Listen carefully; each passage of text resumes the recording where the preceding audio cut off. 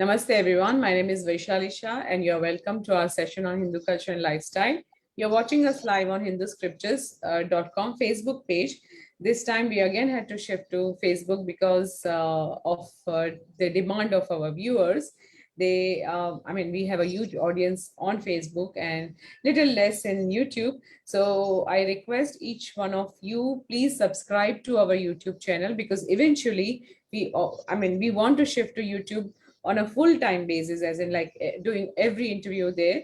But because of the audience, we are on FB. So I request each one of you, please don't forget to subscribe our YouTube channel, hinduscriptures.com. So today we have Chanchal Malviya ji, who's going to talk about Ramayana and its relevance of today's time. Chanchal ji, namaste. आपका बहुत बहुत स्वागत है. Namaste, namaste. Chanchal ji, we have this tradition of starting a session with the prayer. So I would like to request you to do a small prayer before we start our session.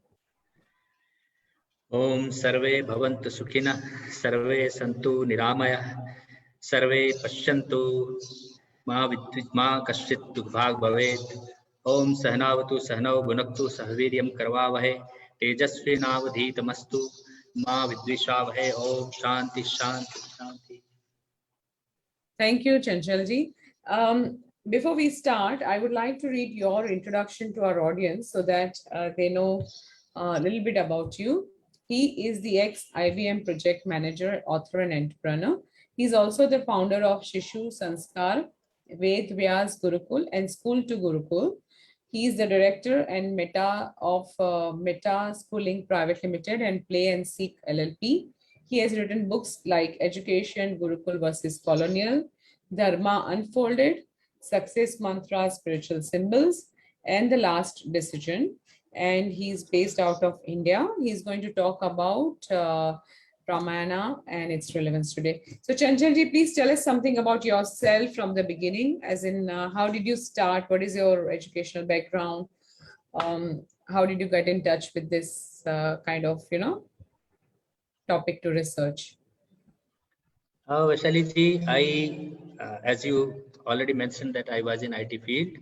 I am a computer engineer basically, and for having worked for around a decade in the industry, I was exposed through social media to various, social agitations that were taking place all around. Primarily in the area of religion, and that used to disturb me a bit. If we are working for progress of the world, we are working peacefully, but on the other side there is a full-fledged ideology that doesn't want or that doesn't allow peace to go ahead. So that gave me some motivation that if somehow I am able to survive peacefully, probably my next generation is not going to see a peaceful world. And that is why we have to work for it. If we don't work for this purpose, then I will not be doing justice with my children. And this inspiration I got from Sri Ram, none other than Sri Ram himself, because we will be discussing today on the very important question: why Sri Ram sent Ma Sita to into exile? So this question I will come back when we will be discussing that. So once I, dropped from IT, I actually dropped my job completely. I had started a company then also, Lotus IT Labs Private Limited, and we had some projects from US, UK, all those things. But I completely dropped, IT field, and I thought the area where actually I can work is education. I don't have a political background, nor do I have that character or personality to come to that political stage. I understood my weaknesses, and I knew what were my strengths, and hence I chose education as an instrument to do something for the nation and hopefully for the world. And in past 10 years, we have progressed a lot. As you mentioned, Shishu Sanskar, Meta Schooling Private Limited, Ved Vyaas Gurukul, all are my and my team's initiative in this field. So that is how I am here. Rest, if I am able to do something, the work will speak. Wonderful. So, give me some idea. Let our audience know that what is your take? What is your research? Where did you research this content from? And how did you Uh, get into this particular topic?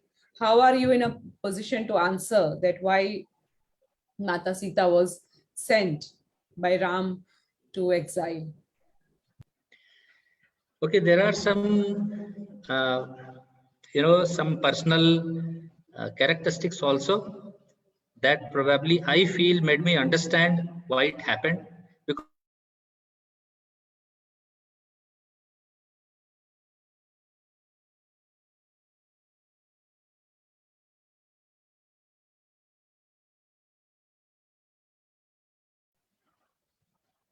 from today's context, it is very difficult to understand it. From today's context, it is very difficult to understand it. When I came into education, I was primarily into research, research of our scriptures. You can say to an extent, I I tried to go into Vedas also, but Upanishads, Purans, Smritis, Gita, Mahabharata, Ramayana, all these commonly known scriptures. I went through them. At the same time, I tried to study Western philosophies and, to an extent, contemporary histories. History written during those times, not history as presented in past 100 years. So that changed my perspective of seeing things completely. At the same time, what I feel, if you want to understand Ram, Bhagwan Sri Ram, you should have, you know, at least you should have had the sense of or the power of giving something. Sri Ram is a personality who, without a thought, gives away everything. That is how he went into exile. Unless we understand this aspect of Sri Ram, the power of giving, we don't have the power to give even 1,000, 2,000 rupees to needy people, even if we are earning a lakh rupee a month.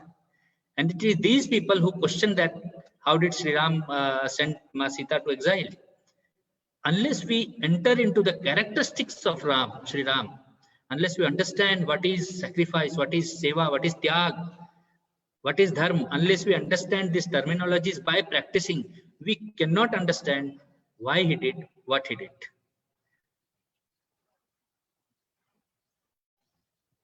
That is very true. So I think you have made some presentations. So let's explore that. And yeah, I'll have to share the screen.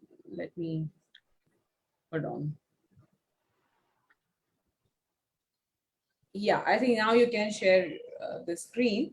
Let's understand point by point what you would like to say about all these controversies which are around Ramayana. I think we are going to talk about Shambuk, why Ram Yes. killed him. I have other questions also, that how come he did not know his why where Sita Mata was, and Love and Kush were his sons, and all that also I would like to know. Yes, we will discuss that. Let's quickly go through the presentation. Let me try to cover it as fast as possible because this is a very big topic, and we have I don't know how long we can talk over here.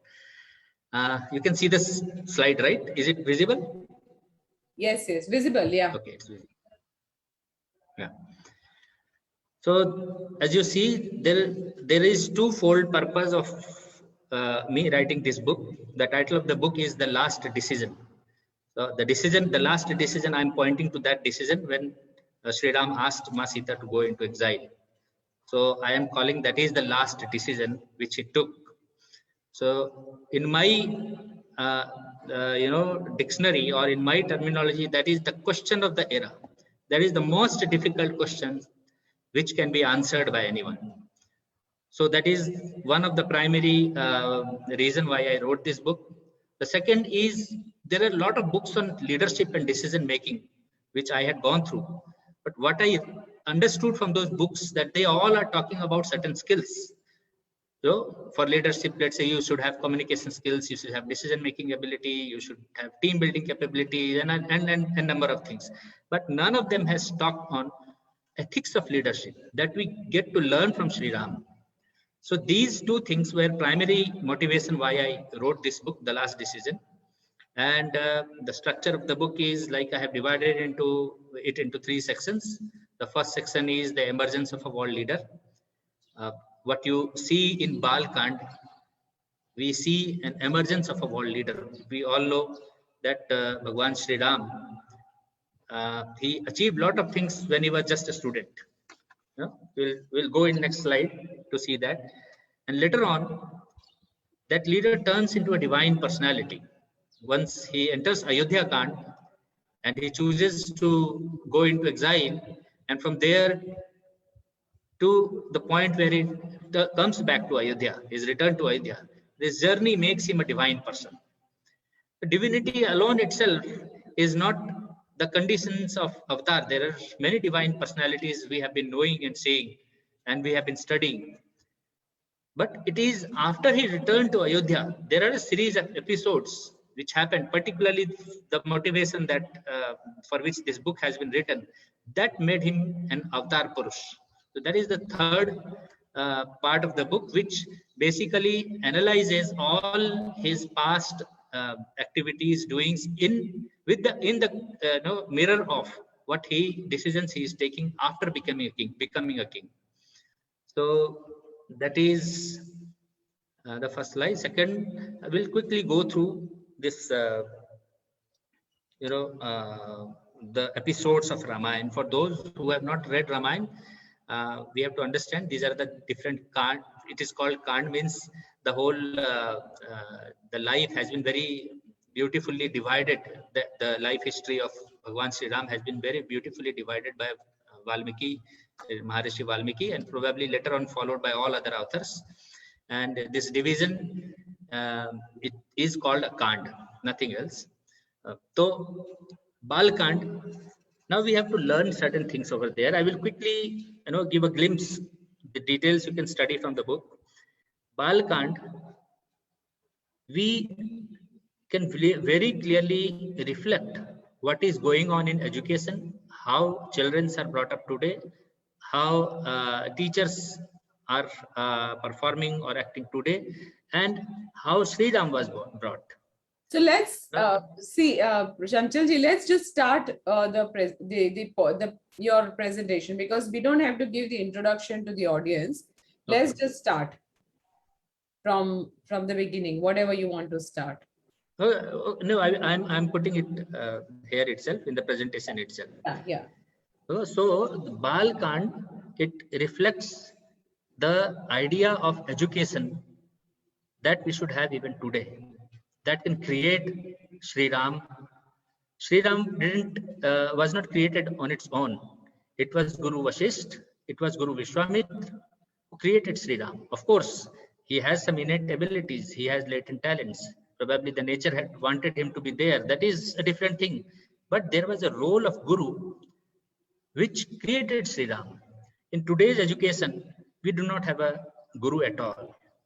There are so many teachers. Now, today, we make fun of teachers also. We know our rights. So teachers cannot scold us, teachers cannot beat us, teachers cannot punish us. Children know their rights today. It was not so during Sri Ram. He had no choice than to obey. It was not by choice, it was by culture. It was by principle or ethics of education that he had to obey his teachers, his guru, and obey to the extent that he had no opinion of his own about marrying a lady or not. He didn't say, I will marry Sita, I like Sita. He was put over there by his guru, and he had to marry. He had no option for that, and he had no guilt for it. He was very happy, because if guru has told, it has to be done. So that is how Ram is created.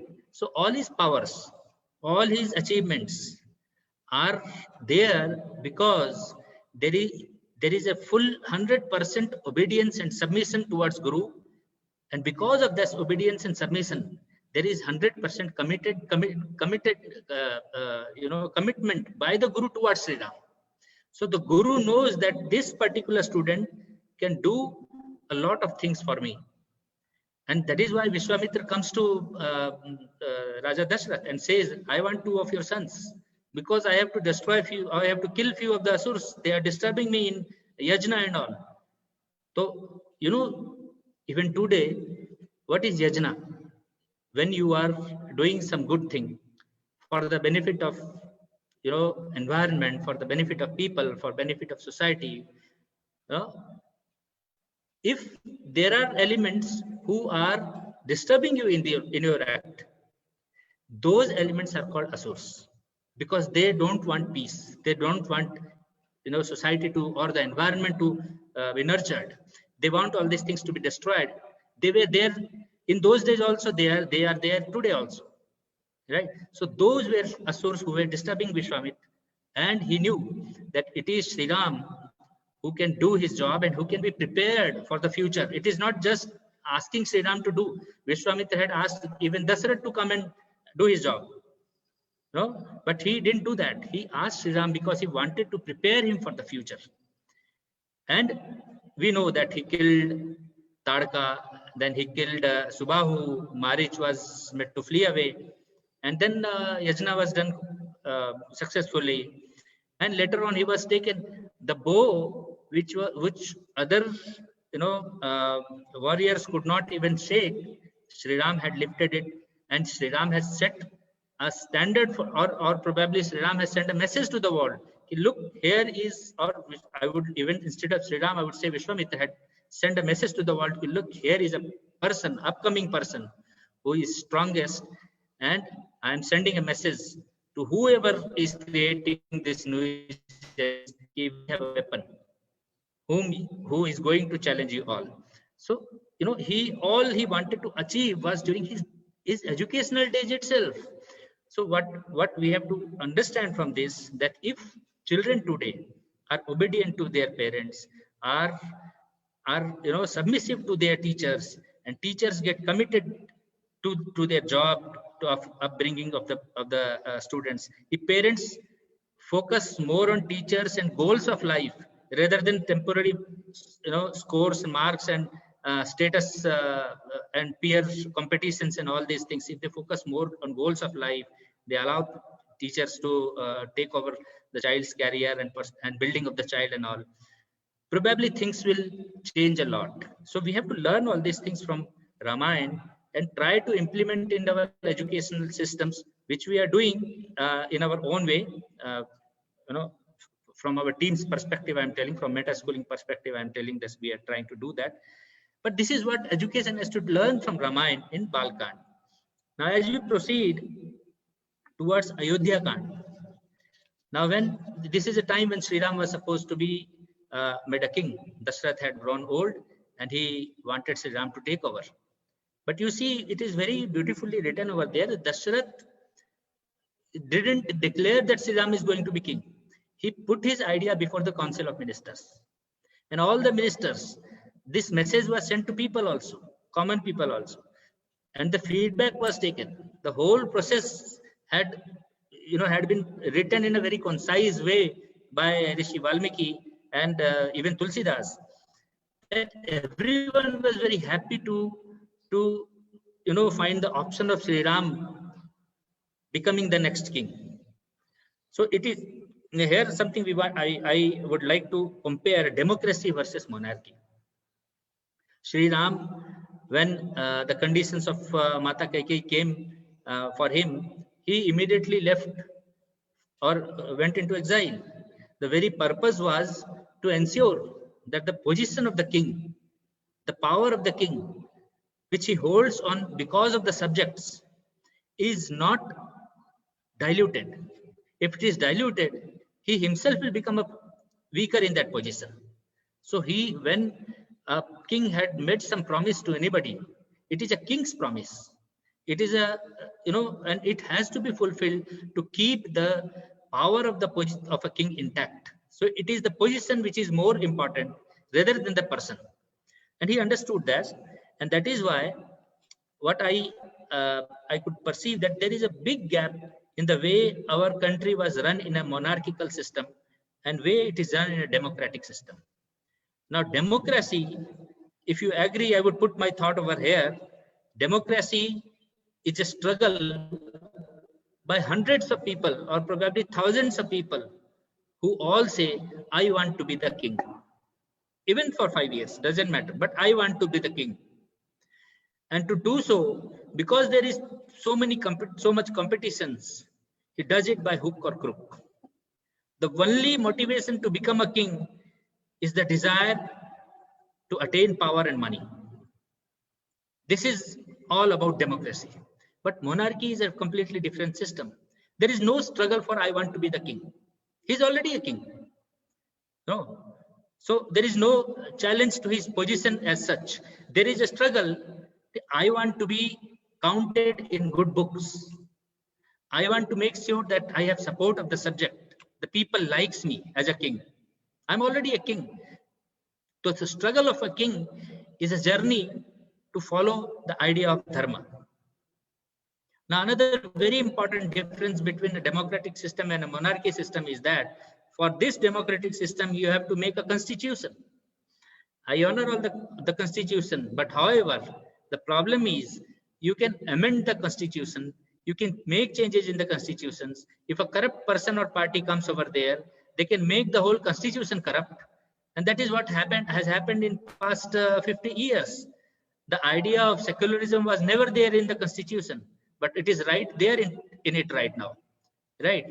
There were many laws which were not harming the majority population of Hindus, but these laws were made under constitutional framework, which probably has weakened the Hindu society, which still composes more than 70% of the population, but they are helpless in their own country.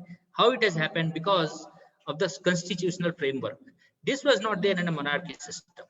In a monarchy system, there was only one thing, and that was dharma. And this dharma was to be followed by the king. This dharma was to be followed by the ministers. This dharma was to be followed by a common people also. Here, I want to ask one question. When you say dharma, which dharma people were following, and were they following our scriptures, or there was, and it was there, the rules were set by the society. So I think we need to be more specific that dharma, which is described by scriptures, which was followed by the people. Yeah, and statement both. Yes. See, first of all, we have to be very clear. Dharma doesn't mean religion. Religion is a Western idea. It has come along with the invasion to this country. It is never an Indian Bharatiya idea, basically. So let us be very clear on that, and then we should look at dharma. What is dharma? Now, see, there were council of ministers in which there were experts of dharma, idea of dharma. In King Dasrath's court, Vasishtha was there as an expert. Kulguru used to be there in Mahabharata. Kulguru used to be there. You find. So there were experts who were masters of scripture. When we say scriptures, there are two things. Vedic study is different, and there are shastras based on Vedas. Veda is all sciences. We know Veda is apara vidya, which means it is the foundation of most of the material sciences we are studying today. Most of these principles or the formulas of sciences are already mentioned in Vedas, probably in a very encrypted format, what we call as mantra. So it is a matter of research how we dig them out again, and those details are put in many samhitas. But shastras, for example, Shad Darshan is shastra. Upanishads is a shastra, but in terms of developing spirituality or philosophical ideas. So there are shastras which guides people on the idea of dharma. Now, if you see Manusmriti, even Manusmriti has defined dharma, and many other Mahabharata has a very detailed elaboration on the idea of dharma. So what we call as human values, moral values, ethics, principles today in English, all those were composing elements of dharma. Dharma is something which is holding the whole creation. The action of man, the thought of man, not from religious context, but to ensure that the creation is sustained, people can live peacefully. So Kshama is dharma, Daya is dharma, truth is Satya is dharma, Ahimsa is dharma, Dhairya is dharma. So all these elements which you used to compose a better human being, a powerful and successful human being, a peaceful human being who is thinking of the society, he is working for the society. All these were composing elements of dharma. And there were experts in dharma who used to be part of the council of ministers and who used to guide the king, or the king himself used to be a master because he used to go to Gurukul and study. So king himself was supposed to be a master on these things. So that is how dharma was there, and dharma was taught to all the people because everyone used to go and study in Gurukul. So these, in fact, dharma used to be, elements of dharma used to be the fundamental idea of human development. So it was taught to everyone. Unlike today, the masters of constitutional laws and bylaws are advocates and lawyers, and we are helpless. And depending on them, what are they going to present? How are they going to present a case? And they can twist it, they can do whatever they want to do. It was not like that. Even a common man used to understand what is dharma. So that was the idea of dharma. We will move ahead. I think I skipped the slide. Now, from Ayodhya Kand, this is what I could make out. Going ahead, when Sri Ram is into exile, he goes, the details before Sita is abducted by Ravan, the details is captured in Aranya Kand. And we can very clearly see, when we read Aranya Kand, we will see that Sri Ram, he went to visit many rishis, many saints, many sadhus, and rishis are a kind of scientist in those days. So whoever rishi Sri Ram met, they gave him many powerful weapons, and they all of them had known that after a particular point of time down on the lower part of Bharat, these asurs are in good numbers, and probably Sri Ram has to face them today or tomorrow, and hence he has to be empowered. There is one thing: if you empower a country like Bharat with all nuclear weapons, the world can rest assured that Bharat is not going to destroy the world. But if you give the same power, I would not say, the country, our neighbors, but there is every chance that they will use it. So it is very important to understand who holds the power. Everyone has right to get the power, but peace will rest on this factor, that who holds the power. So if people or nation or powers who are on the side of dharma, if they are having these powerful weapons, peace will be there. If it is there on the side of miscreants, peace will not be there. Hinsa and ahimsa has this thin line, that if you have the sword and all these weapons on people who are standing on the side of dharma, hinsa will not happen. Ahimsa will prevail. So when Sri Ram goes, he meets all the rishis, and here is a comparative. Sri Ram promised all the rishis, respected all the rishis, and said that I am here to protect you. I'm here to provide you all the means, all the thing that you want, because you are the people who are struggling to ensure that this world remains a peaceful or very livable world, in fact. So on the other side, today, what we are doing, the case of sadhus in Mumbai, Palghar. They were killed, lynched, killed. Nobody in the society went ahead to say or stand for them. There are sadhus who are being abused. There are sadhus who are still being killed. And there are sadhus against whom there are a lot of politics are being done. And people are sitting silent. They are like of a view that these sadhus are bad. So people are not holding to their core history, the core idea of Bharat, about which when Vivekananda went to Chicago, when he introduced himself, he said, I come from the land of sadhus. He is identifying himself, the whole nation, as the land of sadhus. And here is a generation who has no value for sadhus. We are sitting quiet, they are lynched, they are killed, they are abused, and we are sitting quiet. And I remember, our Rashtra Kavi Dinkar's two-line of poet. You all are aware of it. कि summer शेष है नहीं पाप का भागी केवल व्याध जो तटस्थ हैं समय लिखेगा उनका भी अपराध. Tatast in the sense, if we will remain inert on the matters of dharma, when the war is going on, when our sadhus and people are being killed in some or other way, if we are silent, if we are inert, time will write our aparadh also, our sins also.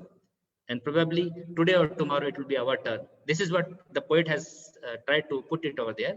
But we have to understand from Ramayana, Sri Ram is Sri Ram because he stood for rishis, not against. No. Now going ahead, he goes to Kiskinda Kand, and the real ethic of Sri Ram is established in Kiskinda Kand. When he chooses to kill Bali, he could have, Bali tells him, I could have, Ravan is like, I can play with Ravan like anything. I could have got your wife back so easily. I alone could have done it. Why did you kill me? But Sri Ram knew that Bali had done the same mistake which Ravan had done. So if he takes side of Bali, in a way, he will be nurturing the idea of Ravan again. And he will not be establishing an idealism for the society. So even if he doesn't win a war with Ravan, with Sugriv, he is okay, but he will not take side of Bali. So this particular ethics of Sri Ram is, it comes out from Kiskinda Kand. And of course, we know that it is Kiskinda Kand when Hanuman comes into picture. And in Sundar Kand, the character of Hanuman emerges in Ramayana.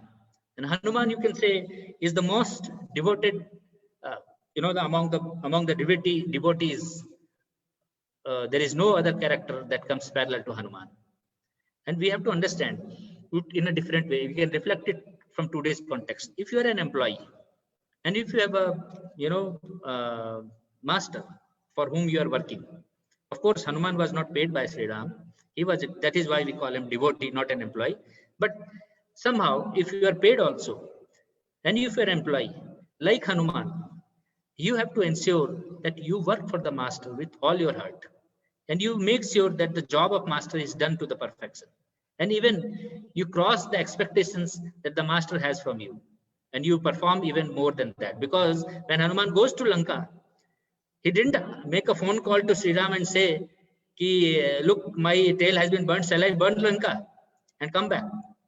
Shall I kill some of these people and come back? He didn't say all those things. He knew these people are miscreants.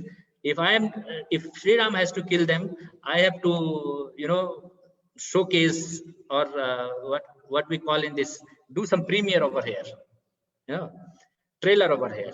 And that is what he did. So he went beyond the job assigned. The only job was assigned to him was to go and find Sita, give the ring to her, and come back from us. Tell us where she is, how she is safe or not. That is what the job was assigned to him.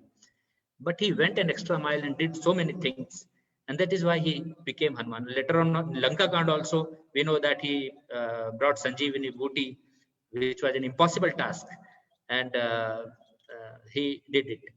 Lanka Kand, as we know all, Ravan was killed by Sri Ram.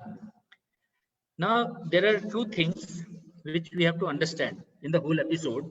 When I say ethics of leadership, I have also tried to compare ethical leadership and unethical leadership in my book.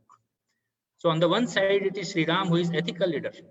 Another side, it is Ravan who is unethical leader. He is also a leader. As we know, there are unethical leaders today also, fled from India, living somewhere else, but still trying to control the fate of this country. So there are unethical leader of Ravan who, engages the team into malicious actions.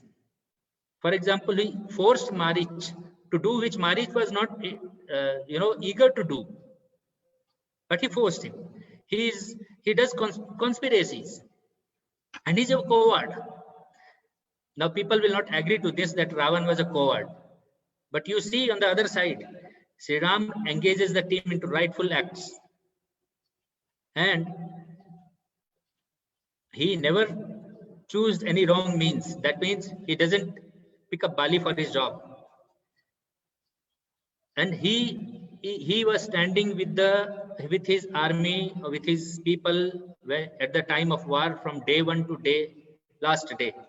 And that is why Ram also got injured. That is why Lakshman also got injured. That is why Hanuman had to bring Sanjeevani Booty and all those things. But on the other side, you see, Ravan came in the beginning, but he soon realized, and he was defeated the very first day, and he soon realized it is not easy to fight Sri Ram, and he comes at the end. No, he doesn't come in the middle of the war when his brothers are being killed, his sons are being killed, his people are being killed. He is not taking a leading role in the war. When all are being killed, there is no option. Then Ravan comes into picture, because there is no option thereafter, right? So he is not a very brave warrior also. No? But what is happening today is Ravan is trying to be projected as a very great person. Yes, that is what I wanted to ask you, why that distortion has come, and what do you think, who has done it? Because nowadays Ravan is projected as a great leader, great devotee, a great human being, and only abducting Sita Ma was the only crime he did. And do you think, have you seen Ravan's character in Valmiki Ramayana that way?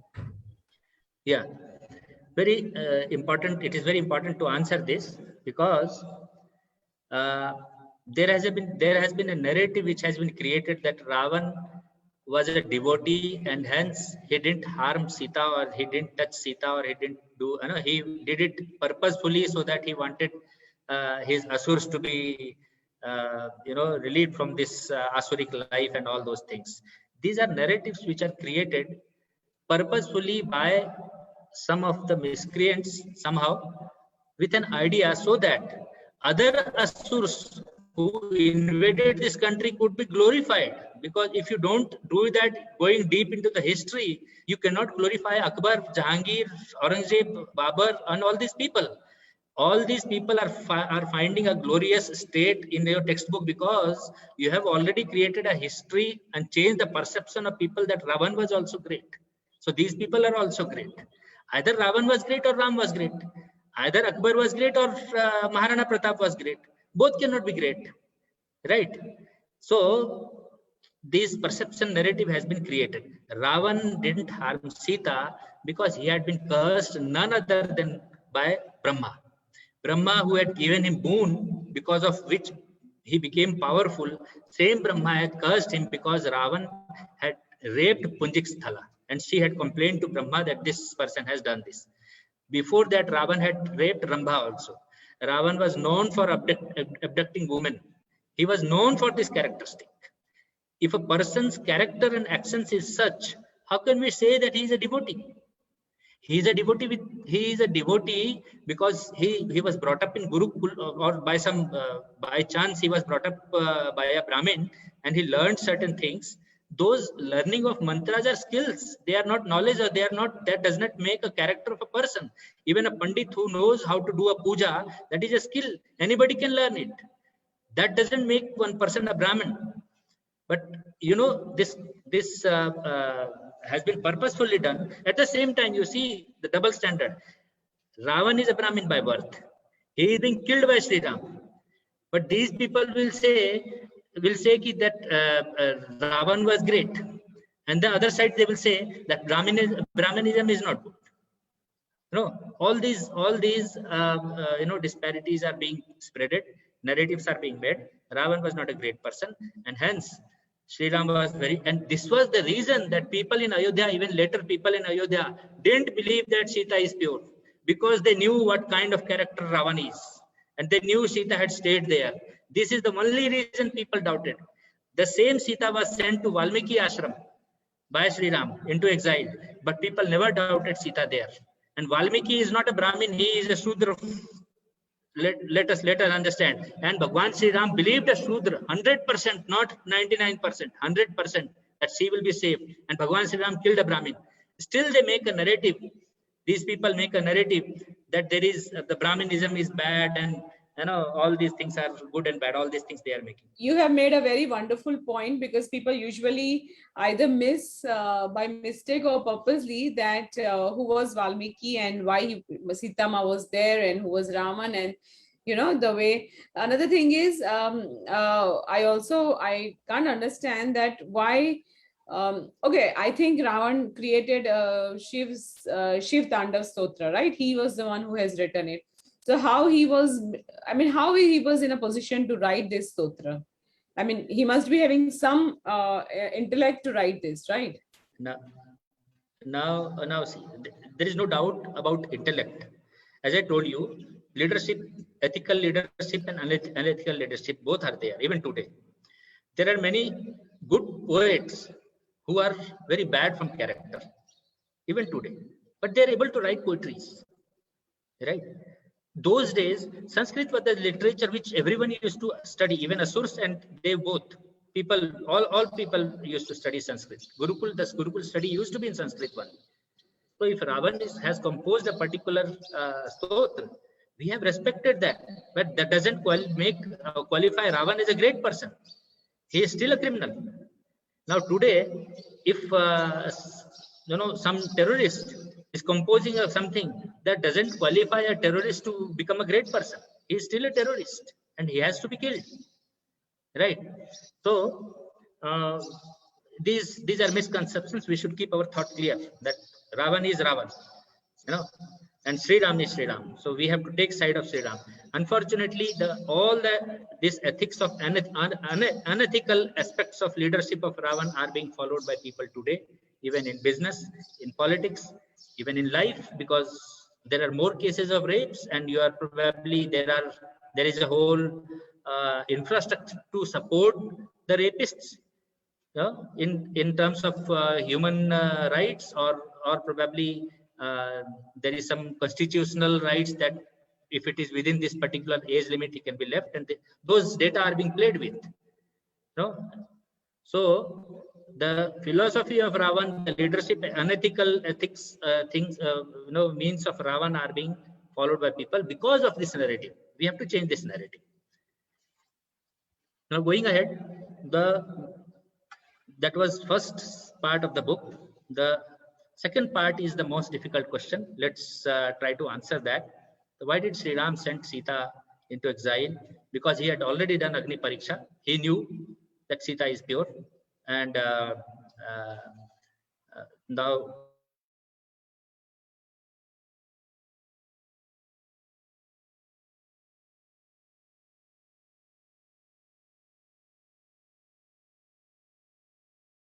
Valmiki Ramayana is one which we have to consider for historical purpose. We can go for details of philosophies in Yoga Vasisht. Both were at the time of Sri Ram. We have thousands of other people who have written Ramayana after that. So for all historical purpose, we should stick to Valmiki Ramayana. There may be some, they say dilution in the scriptures, but it cannot be to a very large extent because it's a very poetic writing. And to do that, you have to be a very learned person. It cannot be done by British or Mughals or anybody else in that. There may be some dilution, some attempt may have been made, but we cannot largely 95% of the book is authentic in fact. So if we look into that, Valmiki very clearly says that Sri Ram knows that his ministers will not inform him everything about what is going on in his state. So he calls his friends, his close friends, and he asks them, are people satisfied? Do they have any complaint about me? And their friends, with a very open heart, told them they are not happy with you keeping Sita over here. No, because they believe she must have been corrupted by Ravan, but she is there with you. There is an element of doubt. Now, this was a very serious question for a very responsible person who is the king of Ayodhya. It is serious because now we have to understand how complete or holistic approach Sri Ram has in each and every decisions he makes. He immediately thinks, I know Sita is pure, but the people think she is impure. I have to give justice to my wife. By just living with her physically, lustfully, fulfilling the idea of lust which we understand from relationships today. When the lust breaks, divorce happens today. right? So these people are talking about, the deep bonding between husband and wife that used to be there earlier, and for which Sri Ram is a standard. In fact, he thought, how do I give justice to her? But the only way I have to give justice is to bring back her dignity back to her. She is already living with me, but without dignity, she's a dead woman. Now this is a big difference in today's women and women of few hundred years back. Our women used to be, they were women of high dignity. We know the story of Padmavati. So she knew that this man Alauddin Khilji is going to put me into harem, and hundreds of people are going to rape me, right? And she chose to burn herself. She had the choice to live, but she chose to, and not only Padmavati, till Chittor, till late Shivaji Maharaj, women, when they are the king and the soldiers lost the battle, they knew that these invaders are going to come inside the city, which never used to happen in our culture. Kings used to fight, but that war was there in the battlefield itself. That was a dharma war that never used to disturb people, disrupt people's life. But when these invaders came, they used to kill people, they used to rape women, they created harem. This word harem, it came from them, in fact. And women, for them, dignity was higher than life. And for Sri Ram, or for Sita also, dignity was higher than life. And Sri Ram knew, if Sita will come to know about this, she may not choose to live. And that will finish Ram's generation to come. The love for Sita is so deep that Sri Ram never married another woman. So he had one concern, that I have to give justice to this woman, and the justice should be that her dignity should come back. People should stop saying or even believing or even these ideas.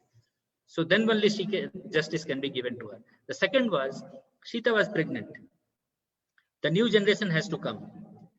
And if this problem is not solved today, people are going to say these children may not be of Sri Ram. They may be of somebody else, of Ravan or so. They may not accept Lava Kush as their king. The whole idea of Sri Ram creating a Ram Rajya would be destroyed. It would be finished. If he doesn't take a decision, very important decision now, and he thinks a lot, and then he comes to a decision, the only way to finish this is to separate Sita from these people to an extent that these people stop thinking about her completely. He had no idea. If he tries to go and convince people, they know he's Sri Ram, he's powerful, we will keep quiet, right? But that doesn't finish the matter. If he tries to go away with Sita, that also doesn't finish the matter. He did all those sacrifices to come to this stage, and then he shows his lust for a wife, and he leaves the kingdom and goes away with her, lives with her. So all his doings of the past is destroyed. He is answerable to so many people who sacrificed for him. Lakshman, Kausalya, Bharat, Sugriv, Vibhishan, Hanuman, everyone sacrificed for Sri Ram when he was into exile.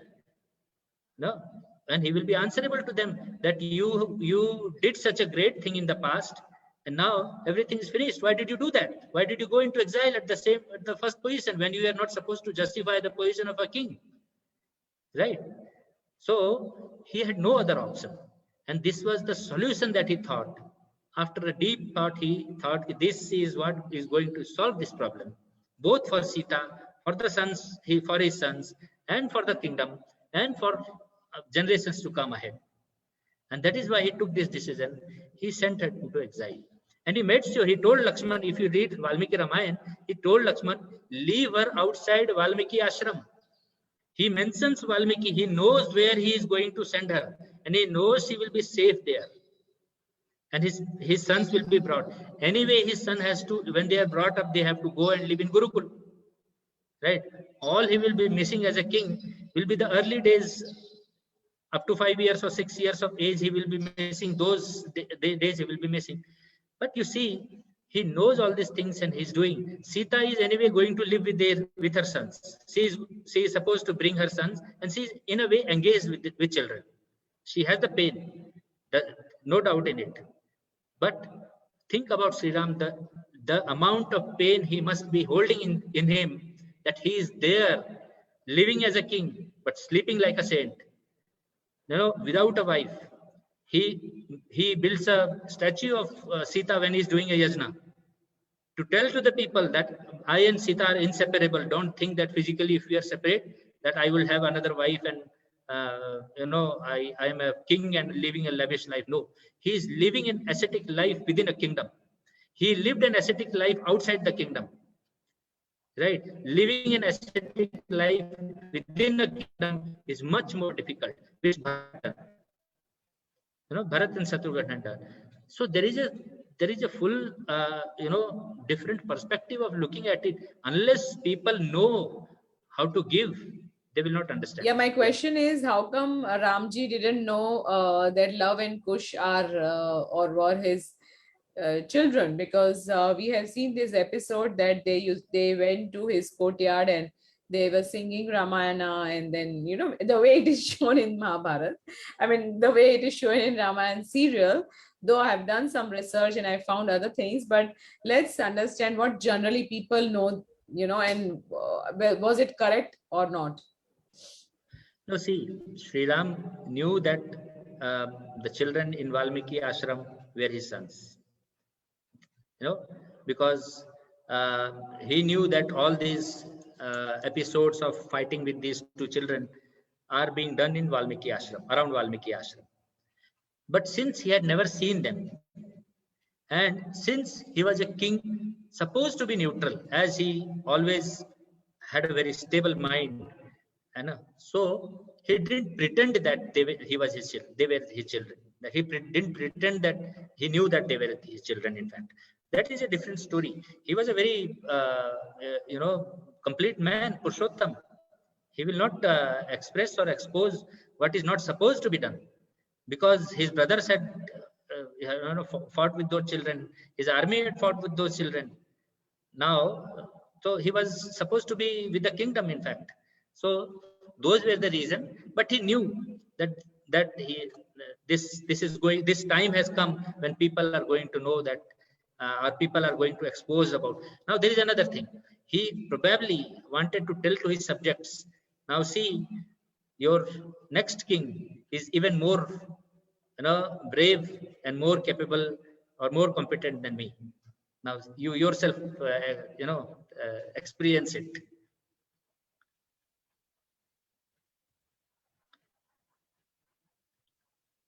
So I think I have told you this.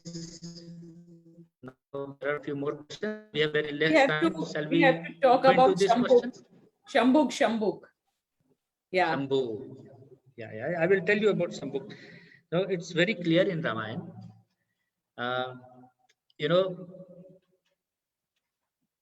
The theme that has been explained to Sri Ram is about 4 yuga.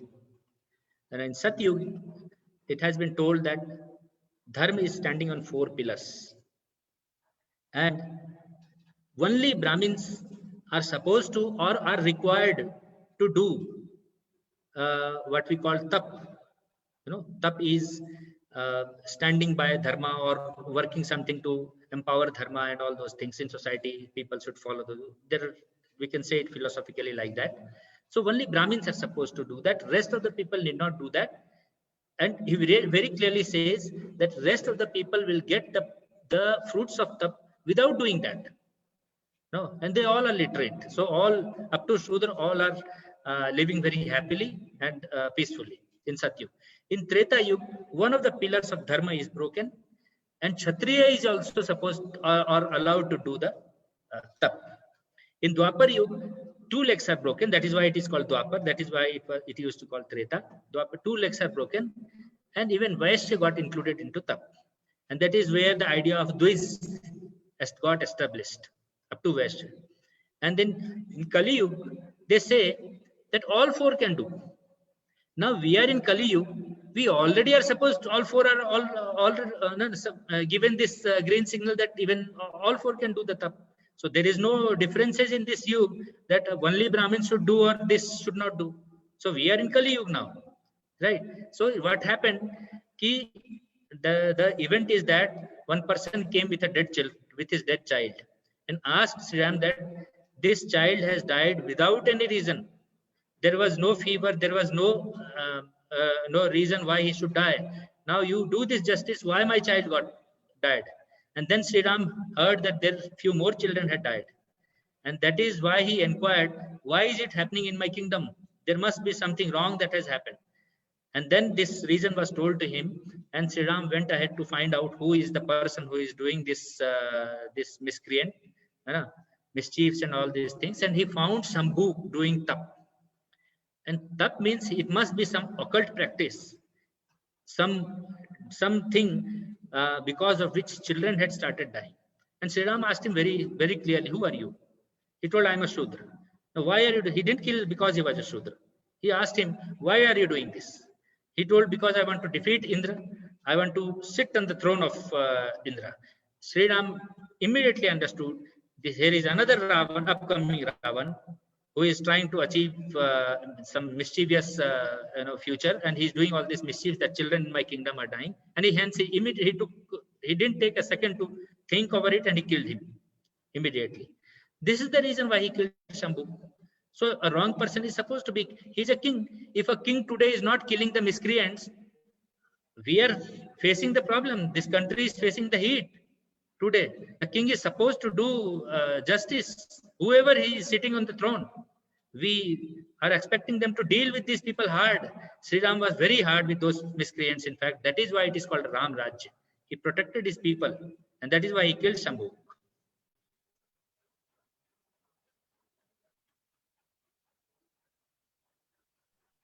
Yes, then I think this communal, secular, religious you are talking, you have written.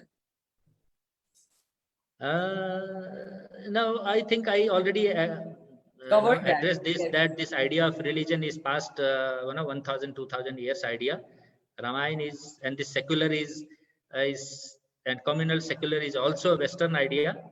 Our country, our people, our culture doesn't fall into this category.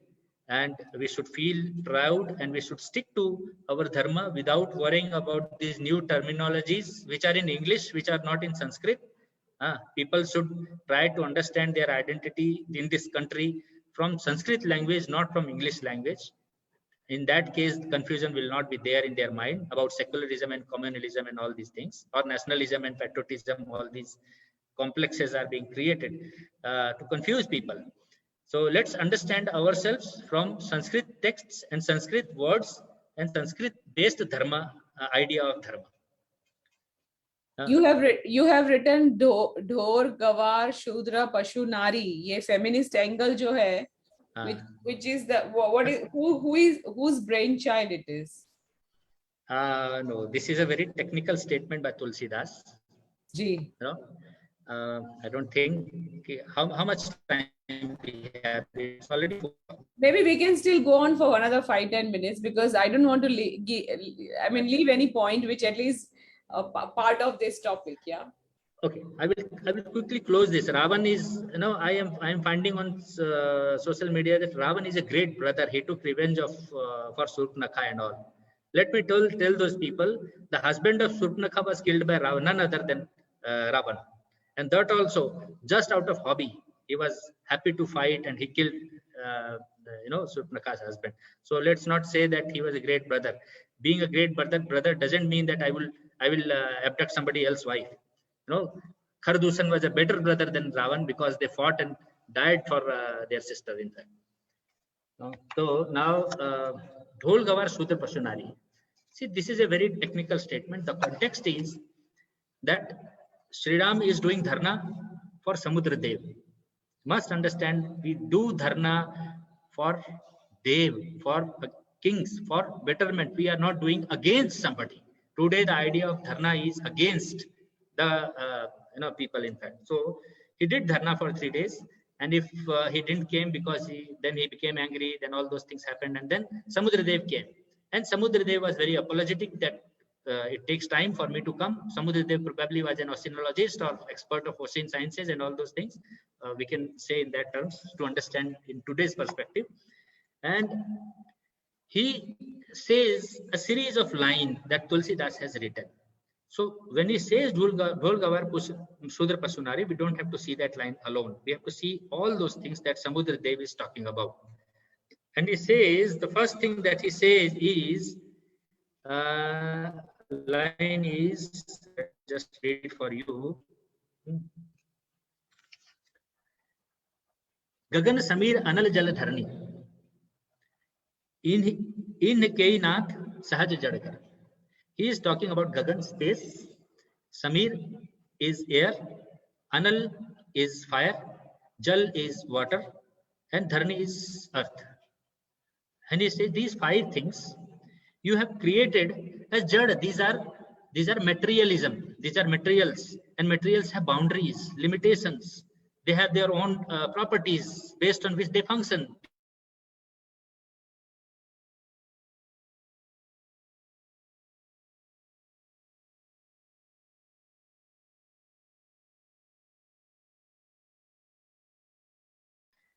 These are going ahead, he writes this sentence, Dhol Gawar Shudra Pasuri.